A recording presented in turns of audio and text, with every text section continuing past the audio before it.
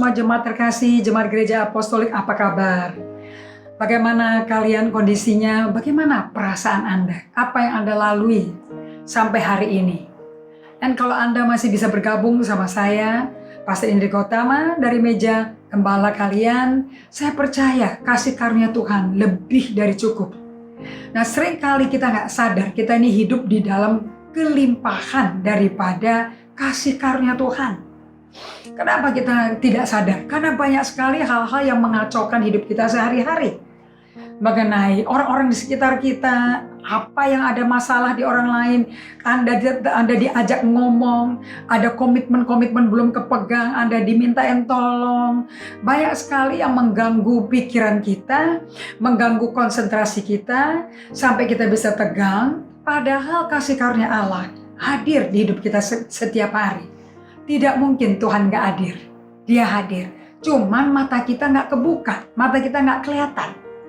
Nah, seperti yang saya sudah bagikan, tidak ada tempat lain yang lebih indah kecuali masuk hadirat Tuhan. Di episode sebelumnya saya bagikan dari Daniel 7. Dikatakan Anda mesti baca semua ya. Ini penglihatan mengenai keempat binatang dan anak manusia.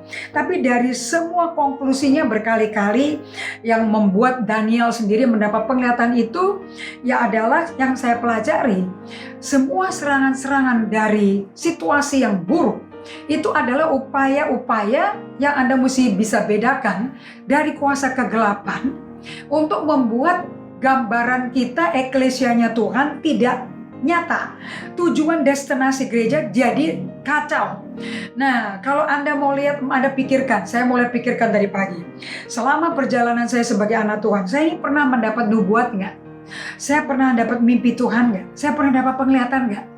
Coba di musim seperti ini yang saya sebut sebagai the great lockdown dari secara global, atau kalau buat negara kita atau kota di mana kita berada, Jakarta, the quarantine time, ini adalah musim di mana kita dikasih jeda panjang sama Tuhan. We are given the great pause. Okay? Kenapa kok Tuhan kasih jeda panjang? Daniel ngalami jeda panjangnya super panjang, 70 tahun. Okay? Nuh kira-kira 150 hari. So everybody has a jeda, ada a great pause. What do you do? Daniel fokus kepada Tuhan dan fokus kepada kitab Taurat. Dan dia mendapat pewahyuan. Di dalam pewahyuan di Daniel 7, ayat yang kalau Anda mundur dari ayat 18 sampai ke ayat yang terakhir, 100% gereja Tuhan menang. Apapun upaya kuasa kegelapan, gereja Tuhan, eklesianya Tuhan, tubuh daripada utusan pemerintahan kerajaan surga di bumi, menang. Nah, untuk itu saya tanya, apakah ini dapat penglihatan begini teliti, begini jelas karena Daniel dan rekan-rekannya masuk ke the great lockdown. Lockdown yang besar. Sehingga mereka mengalami the great pause. Jeda besar.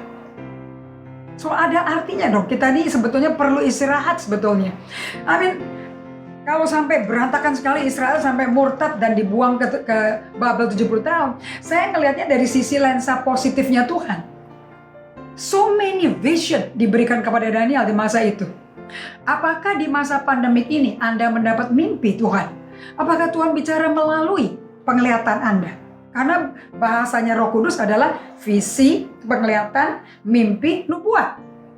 Are you? Nah, saya mau tutup dengan Anda berpikir ini. The Great Pause, ya. Judulnya ini saya kasih judul The Great Pause, jeda besar. Markus 6 ayat 30 sampai 32. Kemudian rasul-rasul itu kembali berkumpul dengan Yesus dan memberitahukan kepadanya semua yang mereka kerjakan dan ajarkan. Ini lagi debriefing time, setelah ngajar.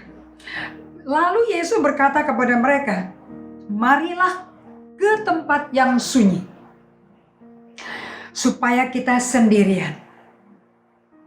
Dan beristirahatlah seketika, tanda seru. Di tengah-tengah mereka lagi bahas kerjaan mereka, pelayanan mereka, Yesus langsung berdiri ngomong loh, marilah ke tempat yang sunyi, supaya kita sendirian dan beristirahatlah seketika. Saya kasih judul daripada tema hari ini, The Great Pause, jeda besar. Yesus aja ngajak muridnya loh, ayo istirahat seketika. Itu jeda tuh. We need to have a jeda. Sebab memang begitu banyaknya orang yang datang dan yang pergi, sehingga makan pun mereka tidak sempat. Waduh, ini komitmennya tinggi, jadwal penuh, sibuk, a full day job. Butuh pemikiran yang serius nih. Maka berangkatlah mereka untuk mengasingkan diri dengan perahu ke tempat yang sunyi. Saya mau tanya pada Anda, apakah Anda memakai wabah pandemik 19 PSBB ini sebagai waktu untuk istirahat seketika? Untuk mendapat pause, jeda, selah, untuk berdiam, untuk mendengar Tuhan di hadiratnya. Indonesia, seluruh dunia butuh dengar suara Tuhan. Mari Anda menjadi salurannya. Saya juga mau jadi saluran suara Tuhan. For the solution, for such a time like this. Tuhan berkati. Dari Pastor Indri Gautama.